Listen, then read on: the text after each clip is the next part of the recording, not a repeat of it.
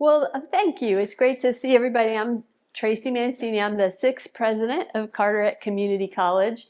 And I thought I'd just give you a few facts about the college and then give you some updates on what we're doing and then answer any questions you have.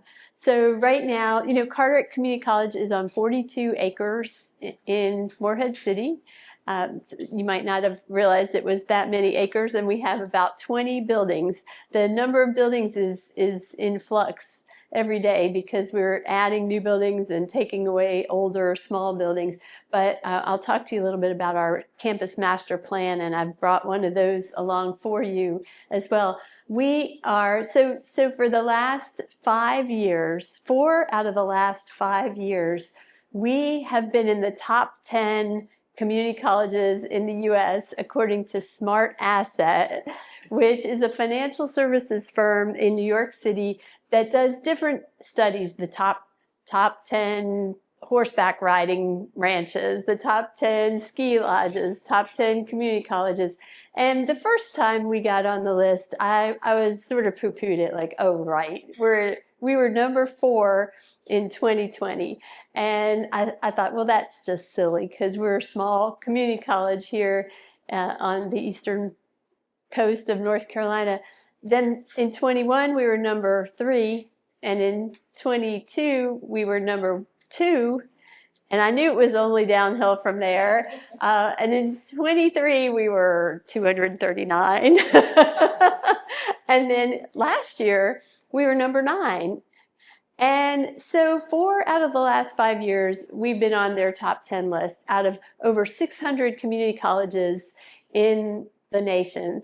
And so I really dug into it because I thought, okay, this is something to brag about, but how are they just determining this? And they use 3 criteria, and you can look this up, Smart Asset. The first criteria is your retention rate. And to me, that's the most important. When students come to your college, do they finish their credential? Do they finish their certificate or their diploma or their degree? And we do have one of the top retention rates, even in North Carolina community colleges, because we're one of 58 community colleges in North Carolina, and we're in the top 8 of the 58 in North Carolina, according to our system office, for retention.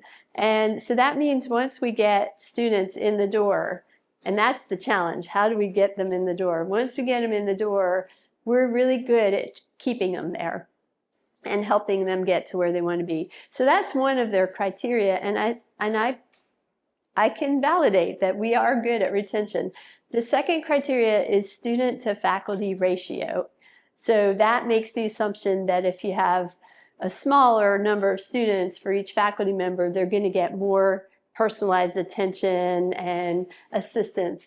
And we do have a very low student to faculty ratio because we have a very small college and we offer a lot of programs. We offer 40 curriculum degree programs at the college, which is a lot of programs for a college our size.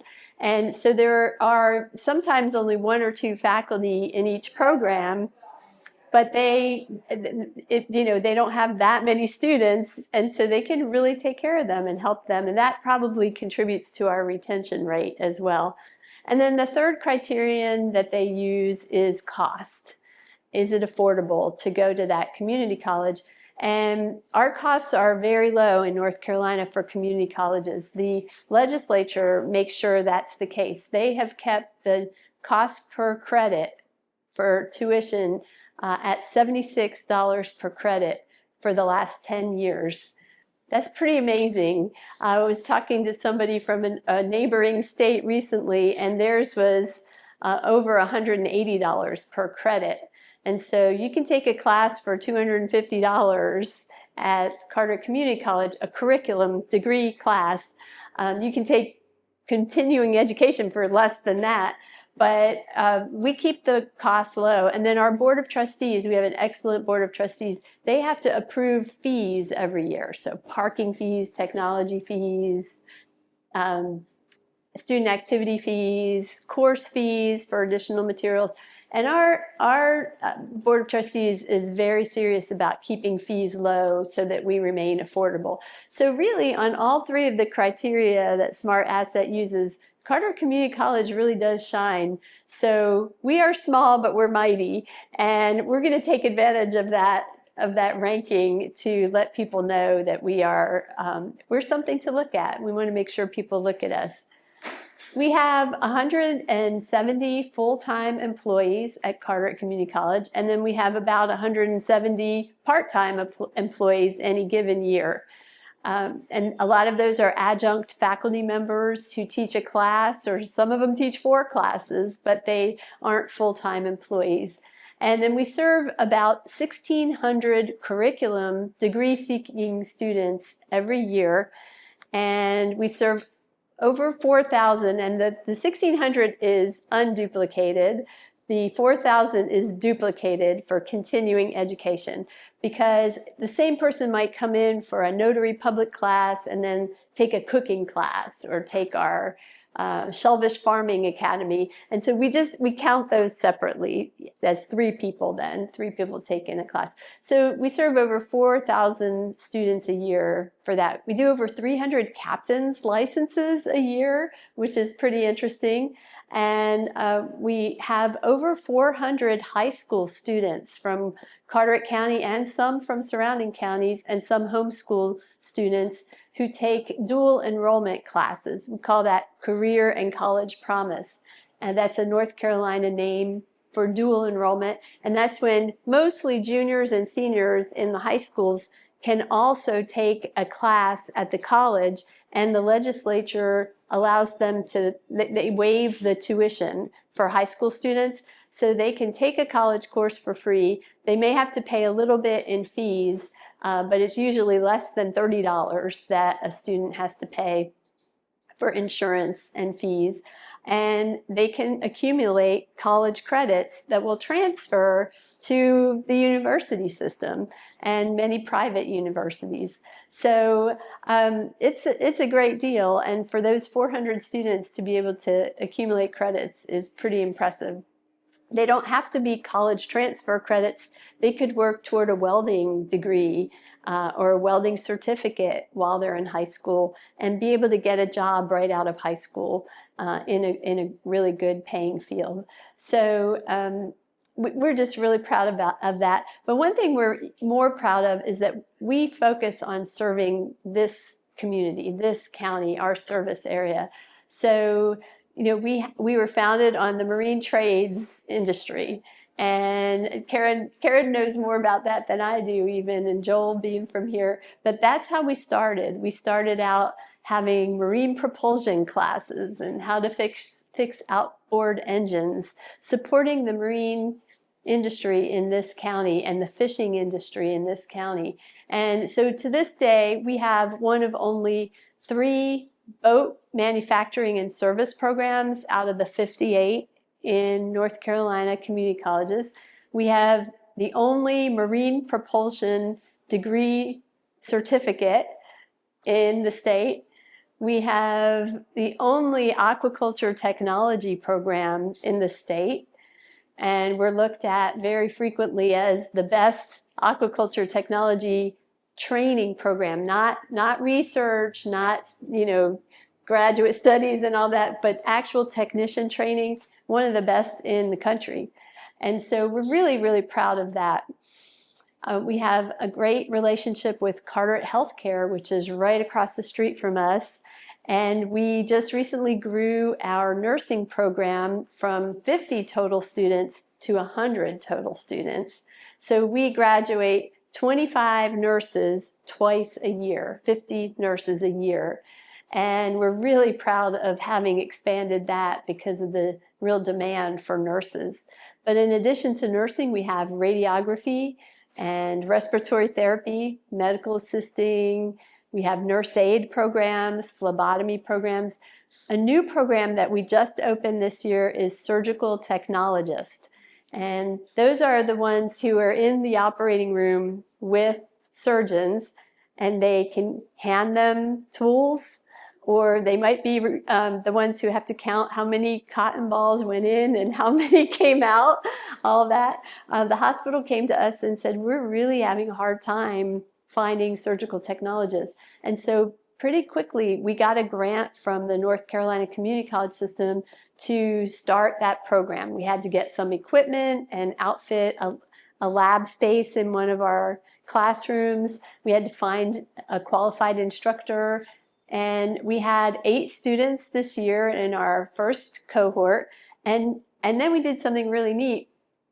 4 of those students have apprenticeships at Carteret Healthcare while they are students in the Surge Tech program. So they're not fully certified, so they're not actually doing the assists, but they're in there helping in the ways that they can, sterilizing equipment, doing the things that they are qualified to do, and learning the field much better. Plus the hospital can be vetting them, make sure that they're good employees, and when they finish this certification, which they'll finish in the fall, they'll probably have jobs there. So it's a great pathway to a career. You get trained while you're learning, get some money to work while you're doing it, and then get a job.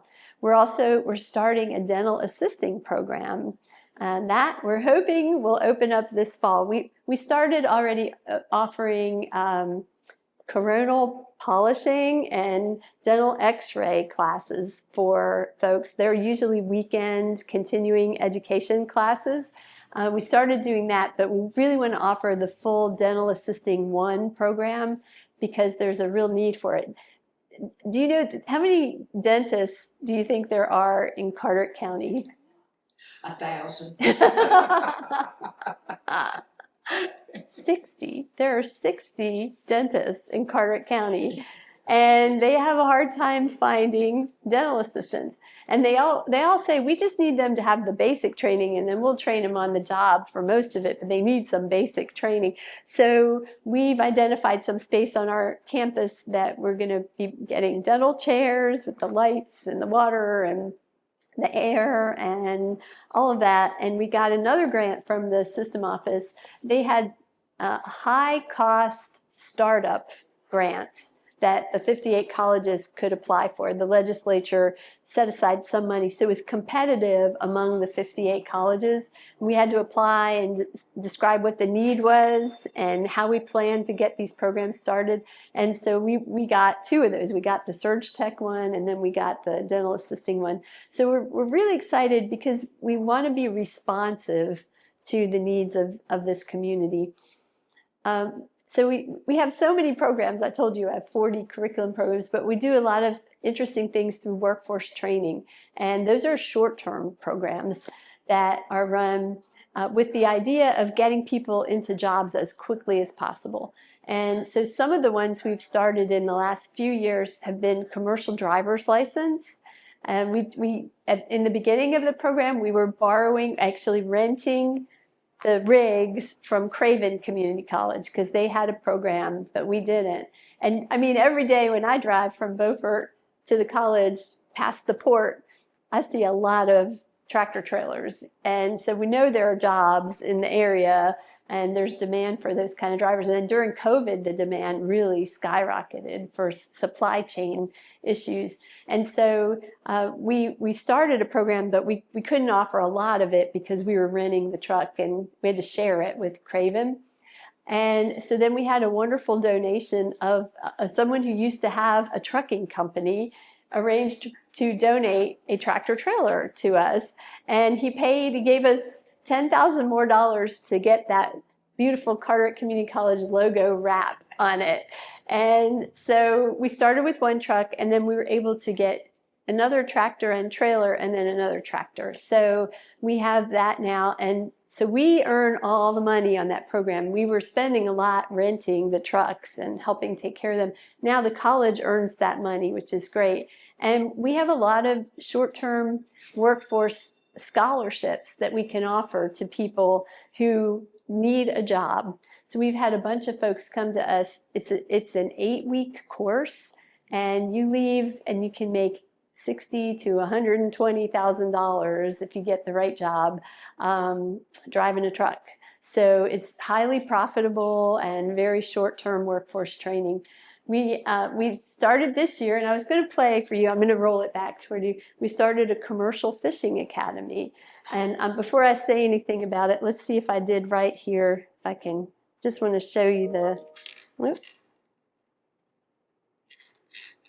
It's a 40-second trailer for it, but I'm going to move it close so you guys can see it. And I hope it's bright enough. Miss McCann, you can't see it. Okay. I've seen it before. You have? Okay, so. We face a crisis. Our commercial fishing industry is aging out. We need a new generation of bold men and women to take the helm. At Carteret Community College, training the next wave of commercial fishermen with over 100 hours of hands-on experience on active vessels, master cutting-edge fishing techniques, learn essential navigation, safety, and business management skills. The sea awaits. Are you ready? Free tuition, free equipment, plus earn a $2,000 bonus when you complete the program. Seating is limited. Visit carteret.edu/fish for more information. Cool. So let me Fireworks do that. yes, they did. Yeah. So we started that program through a Sea Grant project. We got a grant from North Carolina, South Carolina, and Georgia Sea Grants, 3 combined, to hire people to develop the curriculum for this course. It was 40 hours of classroom time, and then we were able to arrange with local fishermen for them to do 100 hours on a fishing boat. And so it was an amazing experience. We had 80 people interested in it. We only ran it for the first time this summer. We were able to take 13 of them, and I think 8 of those 13 got jobs after that program. So 8-week program, and some of them are working on boats now, which is pretty cool. The $2,000, so it was free tuition. That was part of the grant we got. And so we were able to use the grant money to subsidize their participation. And we were able to give a $2,000 stipend so that the fishermen didn't have to pay these folks for the 100 hours they did. We were able to pay the $2,000 stipend. But what a great way for them to figure out if that's really what they want to do or not. And we were thrilled. There was one woman of the 13 involved, and there were people of all different ages. Most of them were from North Carolina. A couple came from South Carolina. And we were just so proud to offer that, because we need to support that industry. And we know that the technology is changing. Just keeping up with rules and regulations is a job. And so they brought in the divisions of marine fisheries to talk about what you need to know, and people to talk about equipment and talk about the seasons and all of that. So it was really well done. And so we, as an individual college now, hope to do it again. I think we're on the schedule to do it again in the fall. We don't have all that great funding for it, so we're looking for ways to subsidize it, maybe through apprenticeships through the state. But we're going to see how we can continue to roll out some more people who are interested in that. So you can see in all of these relationships, and I could go on and on, we are really trying to support local needs and demand. One of the ways we are, and I want to talk to you a little bit about our campus master plan, is that our next building project, well, let me say this. We, in 2021, opened up our Hospitality and Culinary Arts Center. And how many of you have been in it? Yeah. It's a beautiful building. It was our first new building since 2005. So it's modern compared to a lot of our 1970s buildings on campus. And it really lifted the spirits of our students and our employees, but also of the community, I think, because it was a beautiful building that people can come and enjoy. And 50% of the funds, well, all of the funds, if you think about it, 25% came from a state bond that was issued in 2015. 25% came from the county. That was a match that was required. And then 50% of the funds to build that building came from donations and grants. So it's our community's building, and so we invite people in as much as possible. We do rent it out for people who are having conferences or weddings or events. So we rent it. We try to keep the rent as low as we can. We offer 50% discounts for nonprofits and local agencies so that it's affordable. But we also are able to have our photography programs springtime exhibit there. And we had all the high school art programs come do their exhibit there because there are beautiful big white walls, and we could serve culinary hors d'oeuvres, past hors d'oeuvres and all, and show off our culinary students and the high school's culinary students at the same time. The culinary program really does provide a lot of help for people in this community who run restaurants and hotels. We have a hospitality lab in that building that is a Beaufort Hotel room. The Beaufort Hotel gave us the furniture, the bedding, the fixtures, and each spring about 140 seasonal workers who are going to be serving the rental industry and Airbnbs and hotels and all of that come in and have a week-long training at our Hospitality and Culinary Arts Center on how to clean bathrooms, how to disinfect, how to make beds, how to set the room up. And they learn a lot of the details that their employers want them to learn. So we do customized training like that to help out. One hotel in the county had a lot of housekeepers who didn't speak English, and they said communication was a real problem. So they came to the college, and we did a English as a foreign language course at 8 a.m. at the hotel before their 9 a.m. shift began. And the hotel actually paid for the course for everybody and gave them that hour of pay to be in there. And they were so pleased that a lot of those students who finished the course enrolled in adult high school classes at the college and English as a second language classes and some other programs at our college. So there are all sorts of customized ways we can help serve the needs of our community, and we strive to be there for those purposes. We are going to, let me shift. I almost skipped this. So we just updated our campus plan, and so the next new building we're going to have, it's not really going to look this beautiful, but it's going to be a workforce center for construction and transportation trades. And that building is going to be located where the old boat donation program was, next to Wayne West.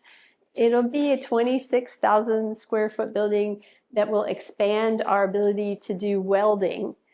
We have a very strong welding program. We offer welding mornings, afternoons, nights, and weekends. We offer welding in Spanish on Saturdays, and we have a lot of students in that program. But the building, we're in the Wayne West building where Joslyn Hall is, but it's down in the back of Joslyn Hall. The building is so old that the electrical infrastructure can't really support our welding program and new equipment and technology. And it would be very expensive to replace all of that. Plus, in that wing, we have one classroom. We have two classrooms where we do all of our construction trades. They're labs, I guess, spaces. But we offer 6 or 7 different trades, so we can never run them simultaneously because we only have 2 labs, so we're running as much as we can. So this new building will have HVAC lab, plumbing, electrical, carpentry, construction lab. It'll have room for 42 welding machines, welding booths, which will expand us by a third, or by 50%, sorry. And so we will be able to start off 3 classrooms. We'll be able to start offering a lot more trades programs. And that's what the county and the building supply folks and the Home Builders Association and everybody we've been talking to, employers, has been saying, we need electricians, we need plumbers, we need more of these folks. So we are building this building. We should break ground on it in the fall. And it'll be a metal building with some nice facade stuff on it.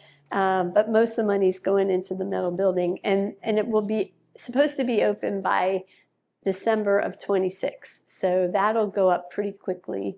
When we do that and we move welding out of the Wayne West building, we're going to be moving our automotive program to the Wayne West building. So we have Carteret Tire right now. It's that small old tire shop. And the funny thing about that is some of the neighbors over there off of Lockhart Street are historic preservation buffs. And they said they didn't want us to tear that building down because it's a 1940s Art Deco historic building. And so we hope after we move automotive to the west wing of McGee to pursue getting some historic preservation funds to see, and we put in a little rendering to see if we can fancy that up and make it a kind of a life enrichment center where we can offer pottery and art classes that are really popular among our life enrichment crowd and folks that who come in for a class here, class there. So we're looking forward to doing that after we move automotive. And the automotive move shouldn't be too bad because that wing already has 5 tall bay doors and has enough of an electrical infrastructure for our automotive program. So it's really switching out programs for best advantage. And then you can see these are some of our other priorities. This is our 5-year plan for campus improvements. And on there, one of them is athletics facilities, because our board of trustees approved us pursuing having college athletics, which a lot of folks have been. Mr. Lewis said you've been hoping for that for a long time. Our board felt like it was the right time to do it, and so we have applied to the National Junior College Athletic Association. We've paid our application fee, and we hope to hear from them. We've had some meetings and interviews with them. Once we get approval, which we hope will come by October, then this year will be our year 1, and you're not allowed to offer sports in year 1, but when you get approval, you gain the right to offer letters of intent. And so we're hoping that by November, we'll have the ability to offer letters of intent for the 26-27 academic year. And so the hope is that in fall of 26, we would start women's soccer and women's cross country. And then in spring of 27, we would start baseball, men's baseball. And we've been working with Morehead City government to be able to use fields that are already here. What's prohibitive for a lot of colleges to start athletics programs is it costs a lot to build facilities.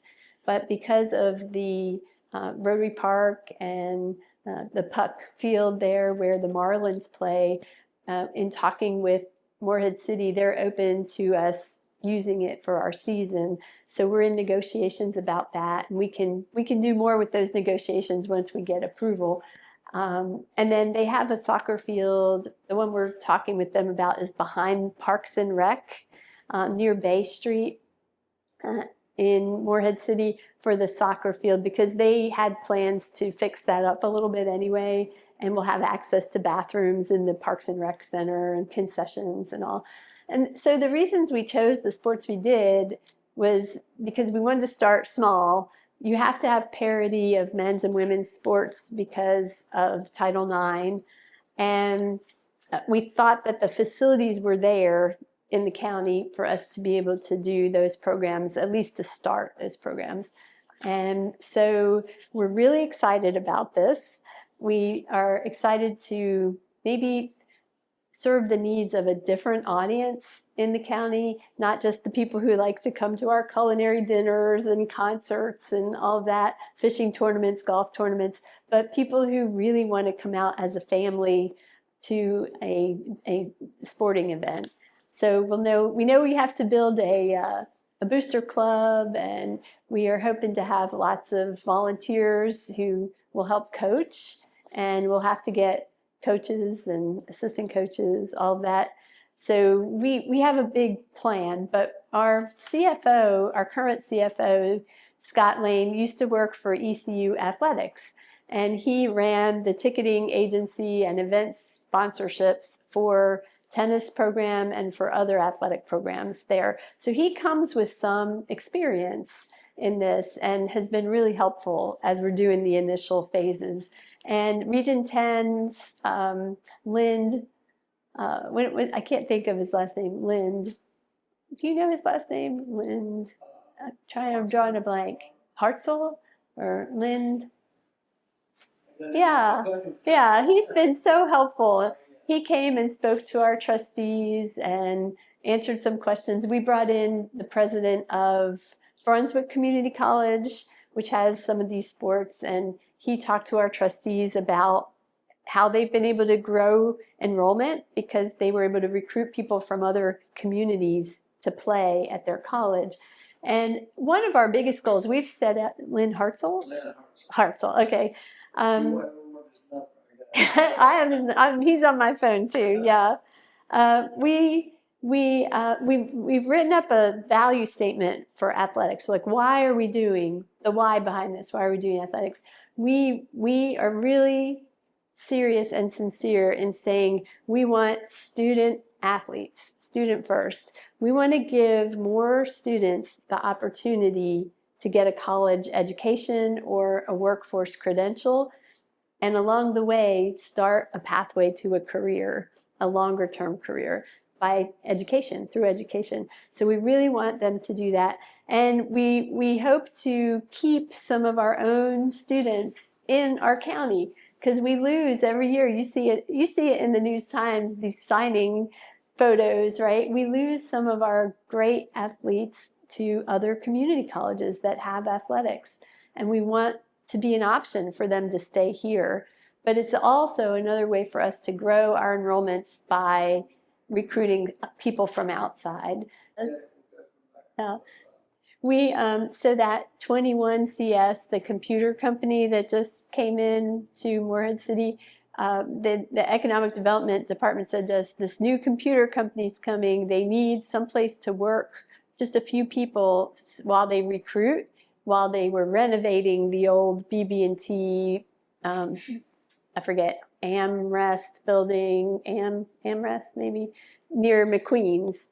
And they needed a place to recruit people. So we gave them like 2 cubby desks in our career center, Big Rock Career Center.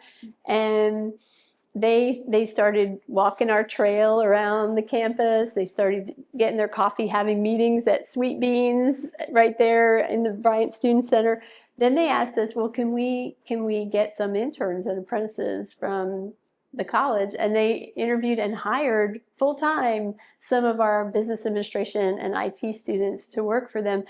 We are looking for ways to keep our students here. And so any partnership opportunities, any apprenticeship opportunities, the hospital and the public schools both have helped us to do these scholarships where you recruit a senior in high school for health sciences, usually nursing, but sometimes radiography or teaching. And they'll give a scholarship for them to come to Carteret Community College and then to finish their RN, BSN online, or to finish their teaching degree online if they will give back 3 or 4 years. All right, Joel.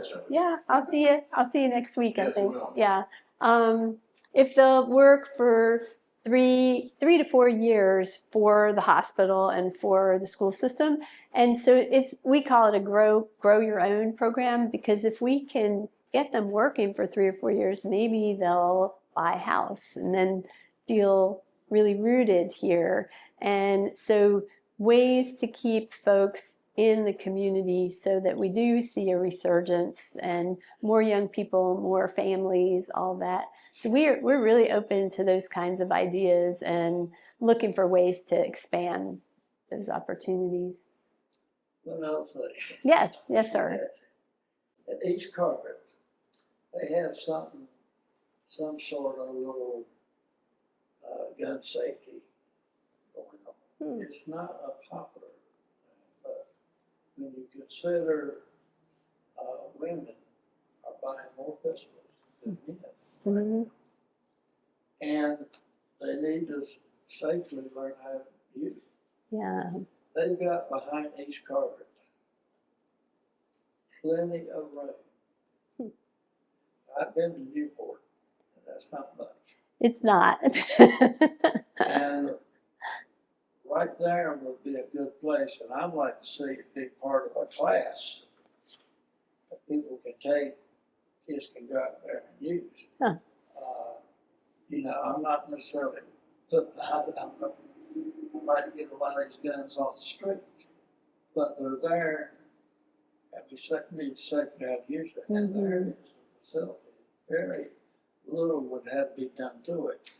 Now, there was a friend of mine who wanted it, and he was willing he had it designed, a shoot where you could shoot skis, a rifle, whatever. And he was willing to put around $25,000 on it, and he's got the money. The principal was not high on it, getting on it. And, but, with your police force right there in Beaufort, and Moorhead, it's pretty close. And so. Well, one of the things you'll see, I appreciate that idea. One of the things on our master plan is public safety firing range 2 and drive pad. We did repair the firing range out at Newport a couple years ago. It had some divots in the berm. It was unsafe and was really wet. So we did help to repair it some. But there is more land out there for a longer range firing range, and so we would like to see if we could get a better firing range. Then it would open up that one, or to be able to use for more safety classes for the public, continuing education classes. Because right now, a lot of people use the firing range for certifications. So I'm not sure where it will be, but that's a neat idea, and I appreciate your sharing it. But I just thought it'd be good. Shooters are trying guns, and safety being taught in the class. I don't know. Mm-hmm. Yeah. An extracurricular type activity that could it be any more beneficial for kids? I agree. It's an important opportunity for us, because there are guns out there, and safety courses is something the college could do well, I think. So, yeah, thank you. That's a good one. What percentage of people growing up in this area do not know how to swim? Oh, this is interesting. I don't know, but probably a lot. I think you probably know. Do you know? I don't know. Oh, okay. When we taught school in Charlotte, I volunteered Red Cross to teach handicapped children. And these were children that should have learned to swim when they were babies, but of course didn't. And I've been trying to figure out how in the world would you put a little enclosure out in the sound that the salt water could purify the water, so you wouldn't have to go to a large expense and teach children to swim. That's so interesting. There is a group that has done a feasibility study, the first phase of a study to maybe bring a YMCA to Beaufort. And they have a steering committee right now. And I happen to be on the steering committee, okay. but not at all related to my job at the college. It's just as an individual, because I agree with you. We need more opportunities for swimming lessons here. Well, it seems to be too a natural thing for the Boys and Girls Club, for instance. Yeah. You know, An activity for them. any So- organization should have something that teaches children to swim. Swim. I agree. So there is just as an aside, there is a group trying to get a YMCA together that could really be a resource for the community for swimming lessons. So I'll keep you posted on that. Yeah. Thank you. Years ago, I don't need anything else Yeah. to be posted on. Okay. when I first year at college in Chapel Hill, you had to pass a swim test or you had to take a swimming course. At Wow. ECTC too. Huh? At ECTC too. Wow. And I thought I was going to drown because I was used to swimming in the ocean. And next morning, it seemed like you went right up underneath. Oh, But, you could swim. Yeah. Love swimming. it's neat. But I don't know if that's still a requirement, but I wonder if that could be a college course that could go on and they wouldn't have to take it in college, but They don't require it anymore. Yeah, requirements have definitely changed since we went to college. There was a 6-time All-American swimmer. They weren't going to let him graduate from East Carolina because he had passed the swimming test. That's funny. So the other things that I left you, I left you a card that has our foundation events. We have a very active foundation that does some really neat lectures and community events. And so this is a list of some. One that's coming up that I think is neat. It says at the top, Sound Discoveries. It's our lecture and kind of more of a lecture series, music series. September 12th, they just started ticket sales, but it's the Alex Williams experience. And this guy, Alex Williams, he used to play for Kool and the Gang. And he has a one-person show that he does for 3 hours or something. He's going to be at Joslyn Hall, and the ticket price is only $10 to come to that. And so I'm really trying to spread the word about that because it's a very affordable, but it should be fun event. And I know we have King Mackerel as Pam, and that's not our event, it's the Core Sound event, but we love that they come and do it at Joslyn Hall. They won't do it anywhere else. Yeah, really? That's so nice. Here at this place in Chapel Hill. So this is their 40th anniversary. Oh, so have they modified it in any way for 40 years? They've added some new songs. Yeah, that's neat. So I encourage you to come out and take classes. My husband retired 3 years ago, and he takes waterfowl carving on Mondays, and he takes artistic welding at our weld shop. And there's a bunch of men and women, a lot of them are retired, but some are young, and they go and they make these really beautiful sculptures, and he's done all these bird sculptures that he's working on. But there's a lot of neat courses for folks, and they're very affordable. There's, there are pottery classes and mahjong classes if you want to learn how to play that. Lots of neat opportunities, and we're working with our website to make it easier to navigate and easier to register for those classes.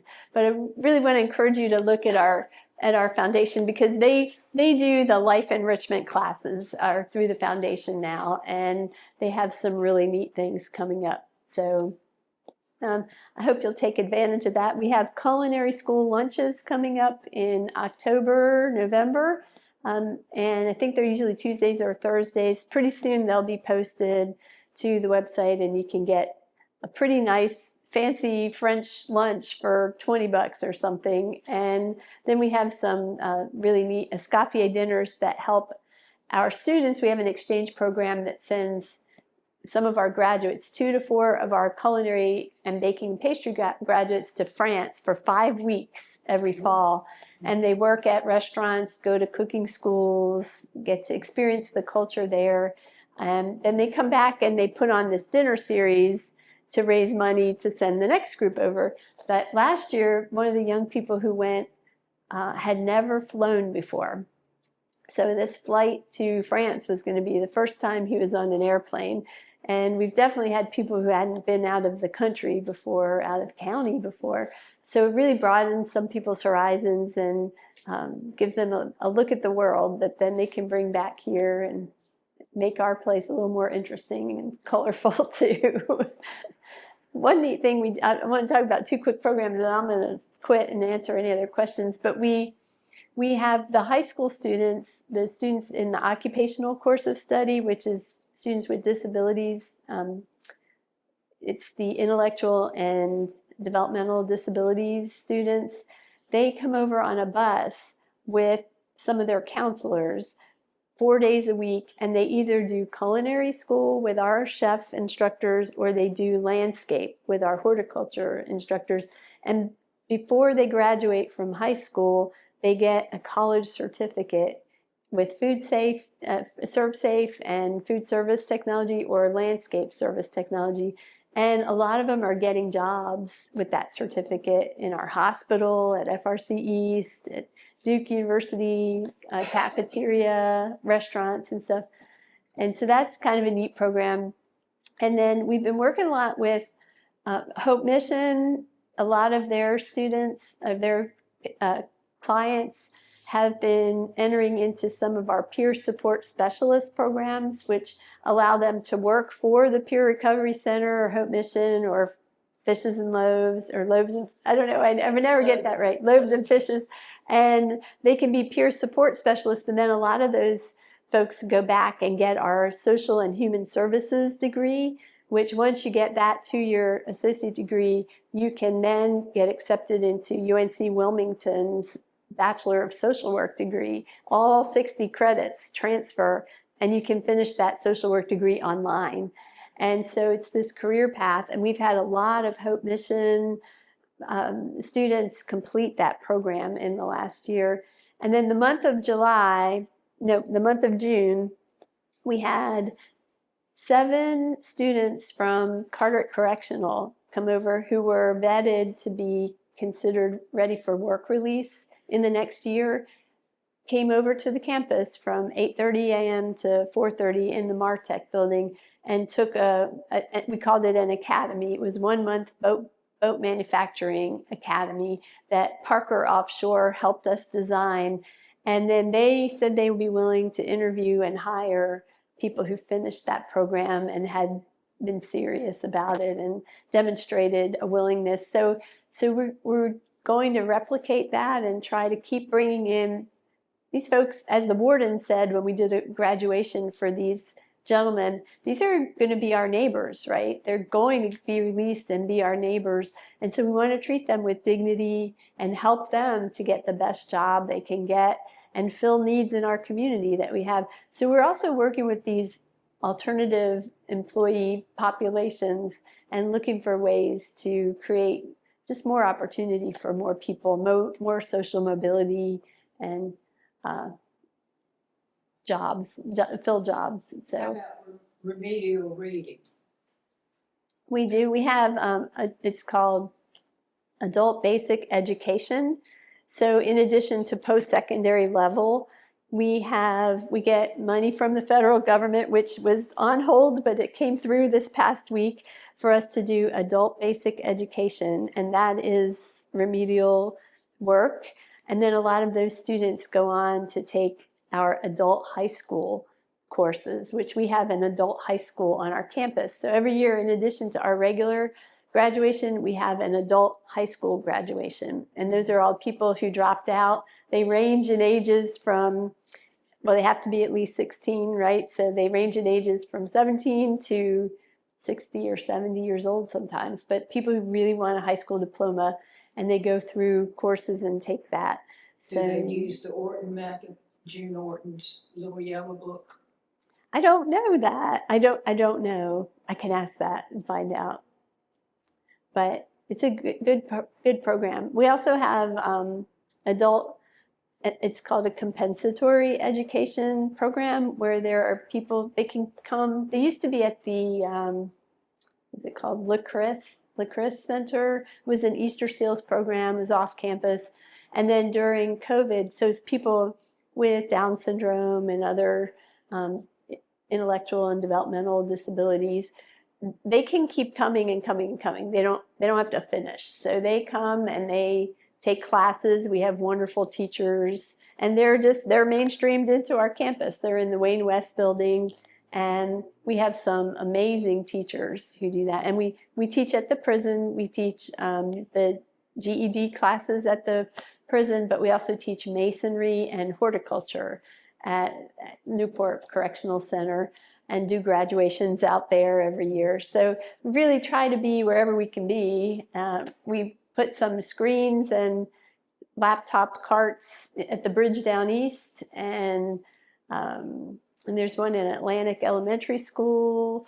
We've outfitted rooms so that community members can go in and take classes if they want, or use the computers. And we want to try to offer some programming through those, but everybody's welcome to use that. So there's been a lot of outreach in our efforts over the last few years. We take seriously our mission statement, which is to serve and empower our students and our coastal community by providing high quality education, workforce training, and life enrichment in an innovative and inclusive learning environment. East Carteret, like I said, Joe with East Carteret, she with East Carteret, they had around 900 kids. Yeah. And then a few years ago, they built on a different wing, that had, I think, 60 classrooms, principal's office, guidance counselor, and there's a whole wing of perfectly good classrooms sitting right there. Mm-hmm. And it's accessible to East. Better now, so that's something to consider. I mean, it would cost you anything. Well, Mr. Paler and Mr. Merrick from the hospital and we meet about every 2 months. We have breakfast at Sweet Beans Cafe, and we bounce ideas off of each other, and we talk about how we can help each other. We have a good partnership. And so, His East Carteret. yes. Yeah. Thank you. Thank you. It's a pleasure to be here.